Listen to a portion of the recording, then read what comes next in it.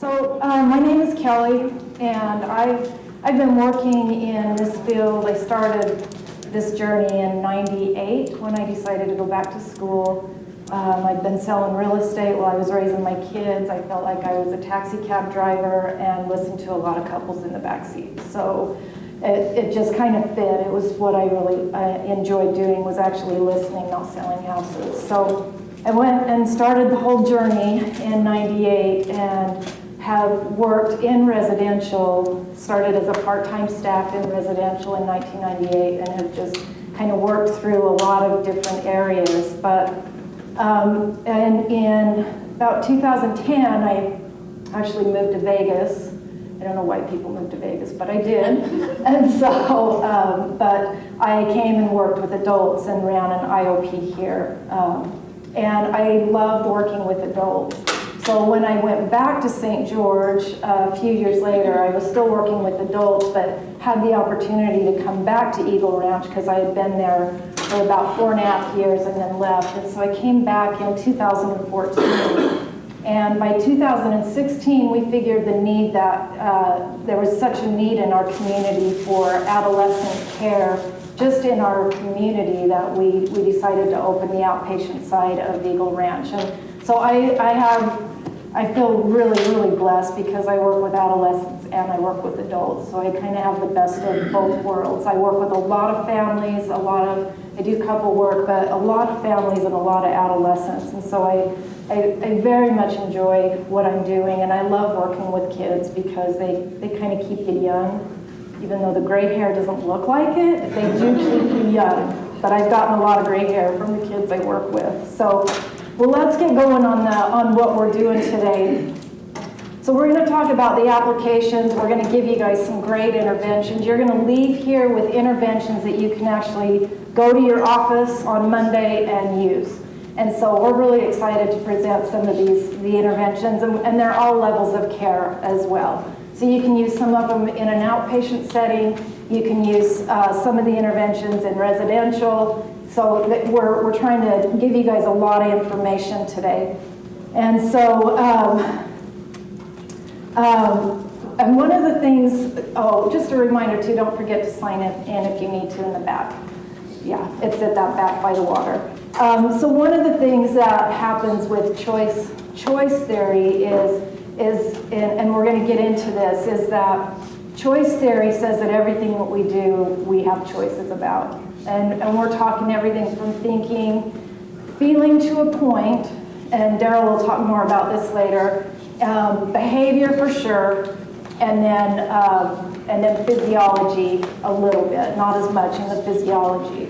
But you heard today, even in some of the talks with Claudia and Dr. Arden, how the different things that happen in our physiology and our physical actually pushes into our brain, and we react just off of our environment, and especially when there's trauma. And so, trauma with kids, you can expect kids to get unruly. You can expect kids to be disrespectful. You can expect kids to be kind of shut down. You can expect kids to be irrational. You can expect them to be irritable and aggravating and agitated, especially if there's trauma. We expect that.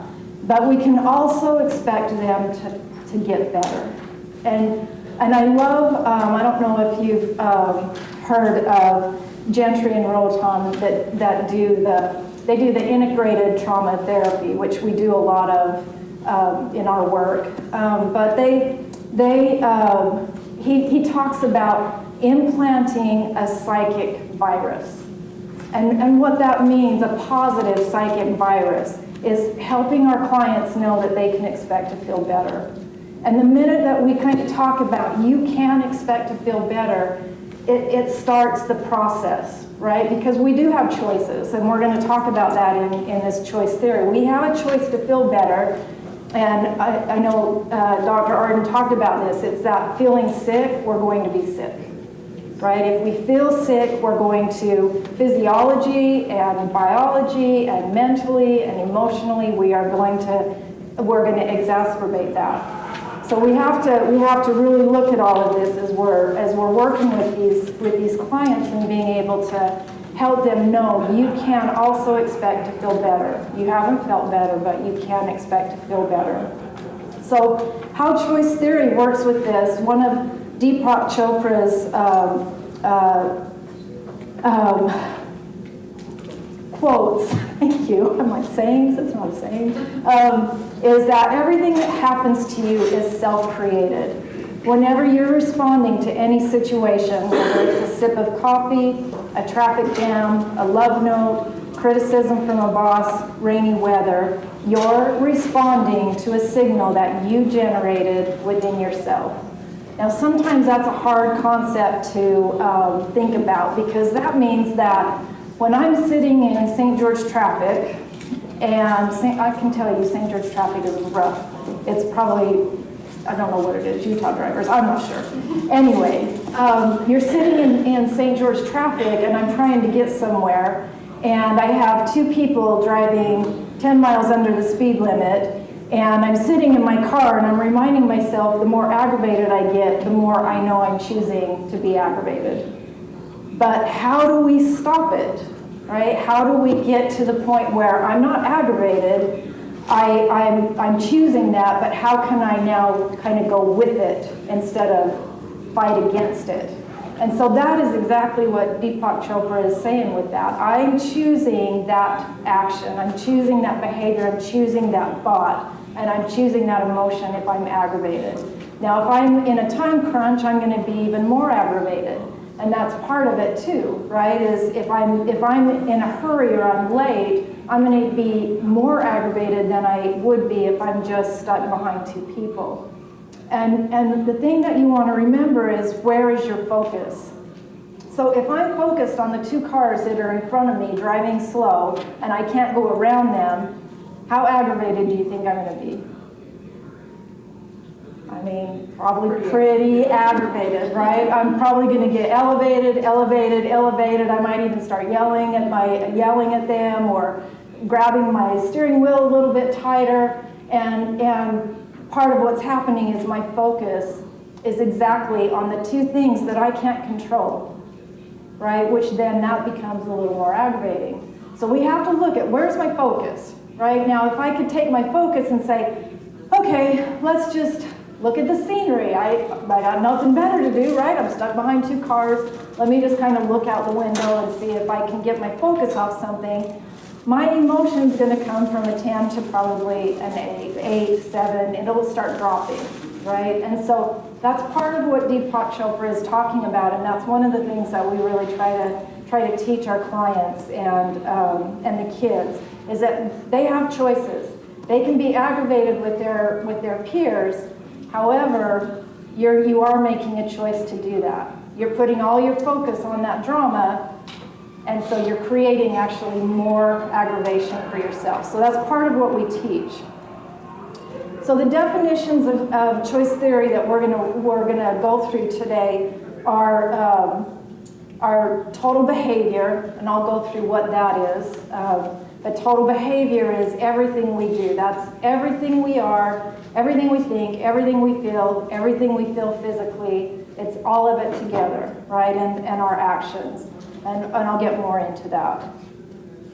We also have the 4 components of behavior, and I kind of just said those, but we're going to go over those, and I'm going to actually have you do an intervention that we use with our kids. I use actually in trauma treatment a lot with adults too, and kind of show you how this works out. We have basic needs and feelings, so that's also part of the defining or the definitions that we will talk about. The 10 axioms of choice theory, and this is where it gets technical, but Daryl does a great job of that.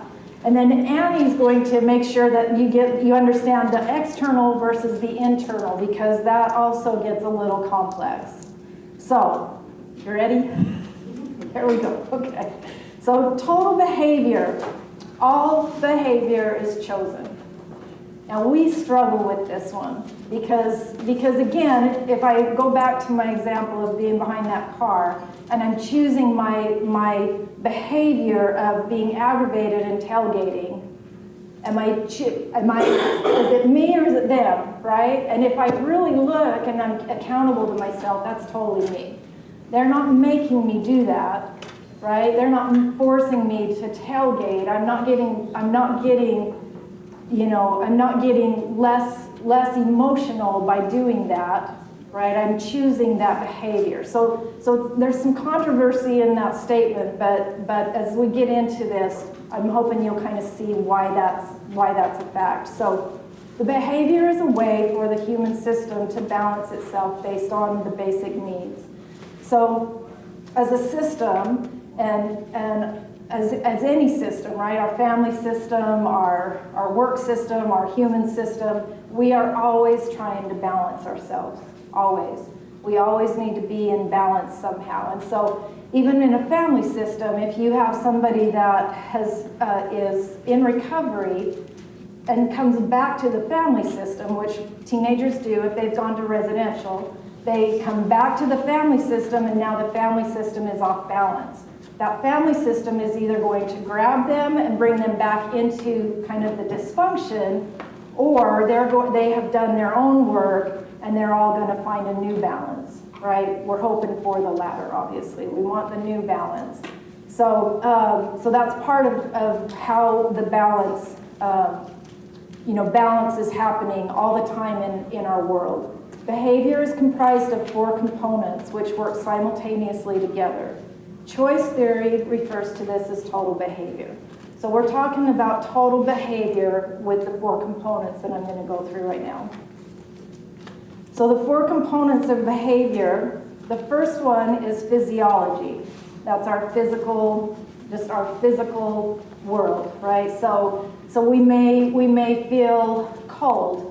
That's physiology. We may feel sleepy. That's physiology. We may feel heat. I don't. Maybe you guys feel heat in this room. I do. I don't. You guys are hot, but I'm kind of hot up here. So physiology. So my physiology right now is saying I'm hot and I'm a little bit sweaty. So there we go. So that's the physiology that we're talking about. And so if I have a lot of nervousness going on, then my physiology is going to respond to that. Well, that also happens in trauma. So when trauma happens, my physiology is responding to that trauma.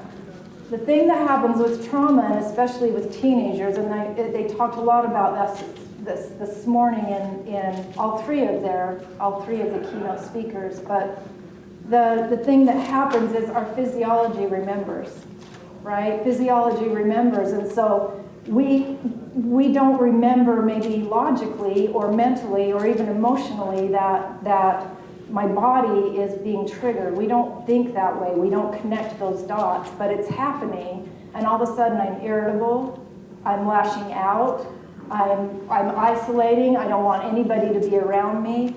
I'm just in that place, and it's because there was a physiological trigger. That's what happens with trauma. It also happens with depression. I don't know if you've ever had a client that's come in and they kind of get their depression, they start feeling a little bit better, and then all of a sudden they go home, they come back next week, and they're like, man, I've had a really, really hard week. And you can see their body posture has changed, and their facial expression has changed, and they're kind of diving back into it, and they were triggered by something, right? And they'll talk about that, but their physiology is resembling their depression. And so one doesn't stop the other, they go together, right? So we always have to look at the whole picture. Okay, thinking, well, we all think, right? We think all the time. Our brain has I think they've said between 65 and 90,000 thoughts per day. I mean, I don't know, can you imagine? I can't imagine that, but that's what our brain does. Our brain is constantly thinking. And so what are our thoughts saying? What are our thoughts doing? What are they feeding us? Because the thoughts are the thing that feed what we do, right? It feeds our physiology. They kind of feed everything. So in depression, there's a lot of negative thinking going on. And we're doing a lot of the ants, the automatic negative thoughts, all of that work that we all do. but that thought process becomes like a superhighway. And then guess what happens? My body gets triggered into some depressed state or something that happens, and then my mind picks up on it, or my brain picks up on it, and now all of a sudden I'm like, oh, man, just life really sucks today. I don't know what's going on. And again, I'm low mood, I'm numb, I maybe don't want to be around people, and back into that process of my depressed thoughts, my negative thoughts, I'm back into it. And so thinking has everything to do with what's happening in our physiology and in our world. But one can trigger the other, right? So they kind of can crisscross. They mix match or whatever. That's a word. Mix match. So okay, it is today. So those two components definitely go together. And the thinking is the one that we can control, right? We have a lot more control over our thinking. Who in here thinks we have control over our physiology? Yeah. Only to a certain extent, right? And I know Daryl talks more about this in a little bit, but only to a certain extent do we have, so body posture, right? I'm sure you all do some body posture work when you're working with clients that are depressed and maybe they're slumped over and talking about just holding yourself a little bit higher and, you know, breathing and breath work and all of the things that we do. That's part of the physiology. Who believes we have control over our feelings? Okay, so this one is controversial too. We have a lot of control over our feelings. We don't have a lot of control over initial reaction, right? If somebody comes in and we're like, and they say something and all of a sudden our anger is like, right? We don't have a lot of control over that initial pop. But after that, we do have some control.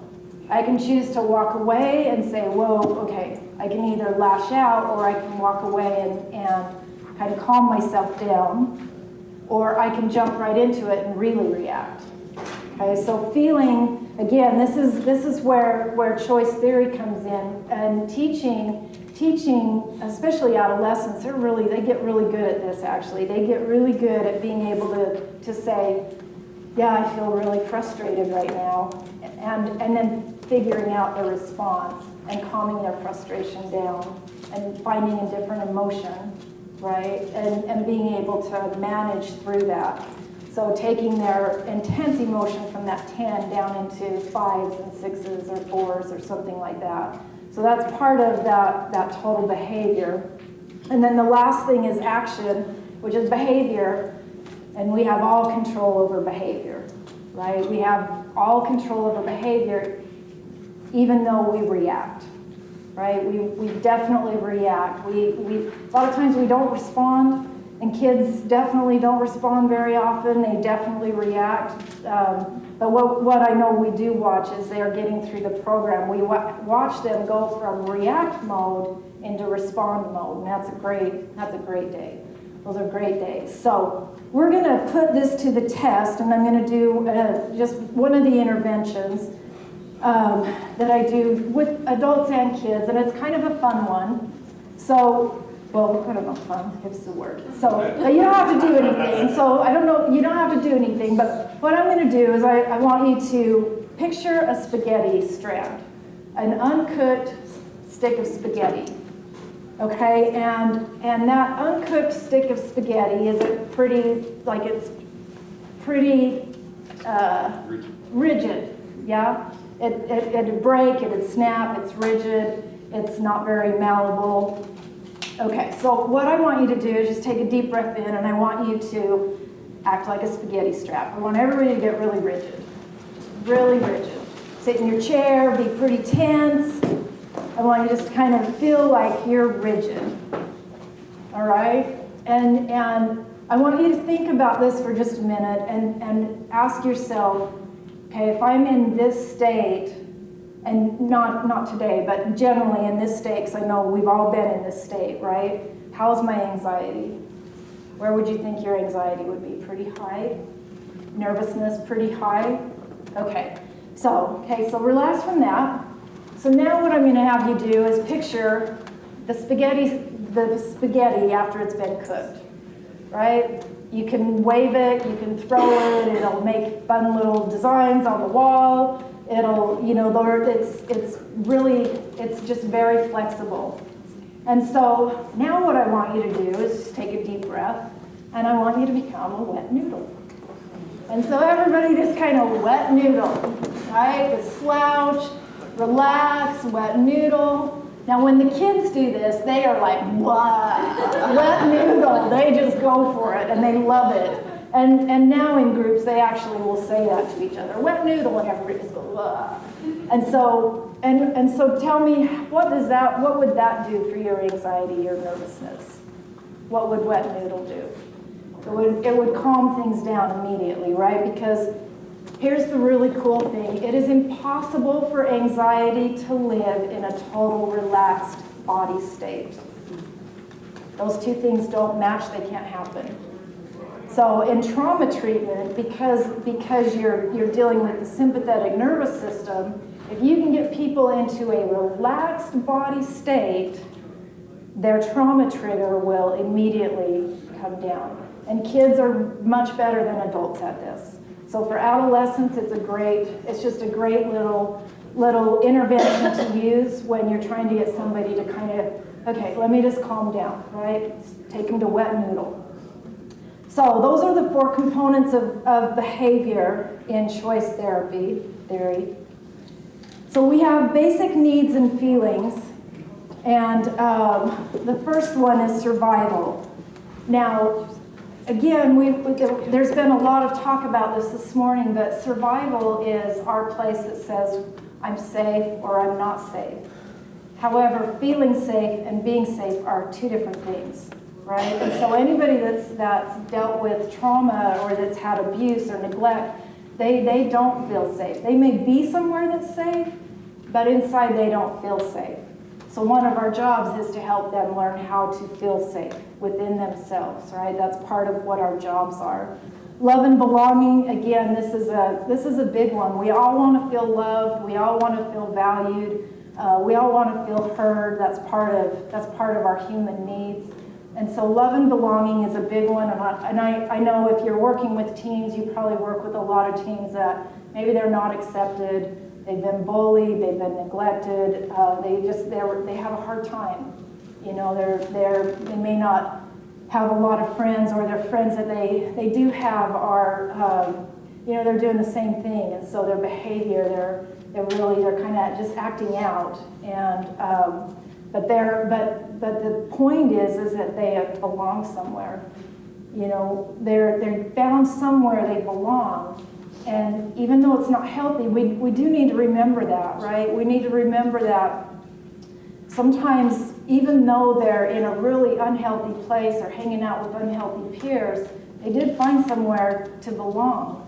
And so we don't want to take that from them, but we do want to help them raise their confidence to know that you can belong anywhere, right? You can belong anywhere, and you can feel good. You can feel good in any situation, but we got to work on that survival. We got to work on belonging inside, the internal belonging.